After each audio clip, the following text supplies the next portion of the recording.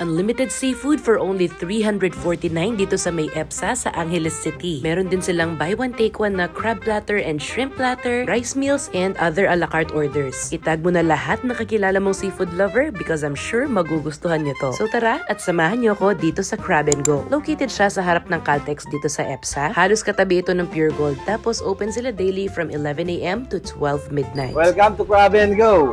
Hanap nyo ba ay sulit at abot kaya na seafood? Dito lang yan sa Crab and Go.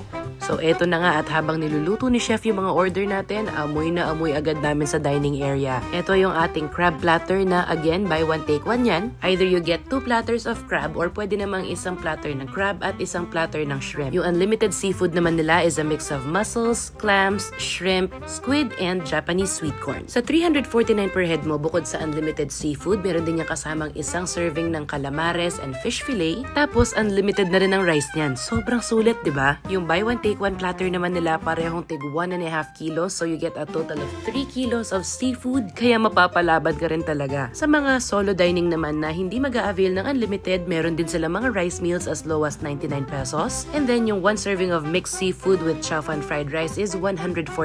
Pwede rin naman yung purong shrimp lang with rice kung yan ang mas gusto mo. Apart from that, meron din silang sariling brand nila ng crab paste. Si Papa okay na siya doon sa puro shrimp, hindi kasi siya ganun katsaga maghimay, pero kami ni Mama napapalaban talaga dito sa mga crabs, lalong-lalo na yung mga galamay, tapos ika-crack mo and then ididip mo either sa extra sauce o kaya naman doon sa vinegar para hindi ka maumay. By the way, meron din silang a la carte order ng mga soup. You have an option of either crab and corn o kaya sinigang na hipon. Although hindi na namin in-order yon kasi dito pa lang solve na. Ganito pala yung itsura nung buy one take one nilang platter na shrimp. Kung hindi rin naman ganun kalaki yung appetite nyo, meron din sila nung set meal na good for 3 to 4 persons. $499 lang, meron kang isang bucket ng seafood, 3 rice, and 1 pitcher of iced tea. So kita nyo naman, marami silang options, mapa unlimited, solo order, or group order, meron sila dito. Para lahat ng klase ng seafood lover, mapa malaki ang appetite or hindi, pwede nilang i-cater. So sa lahat ng mahilig sa seafood, lalo na yung mga naghahanap ng unlimited,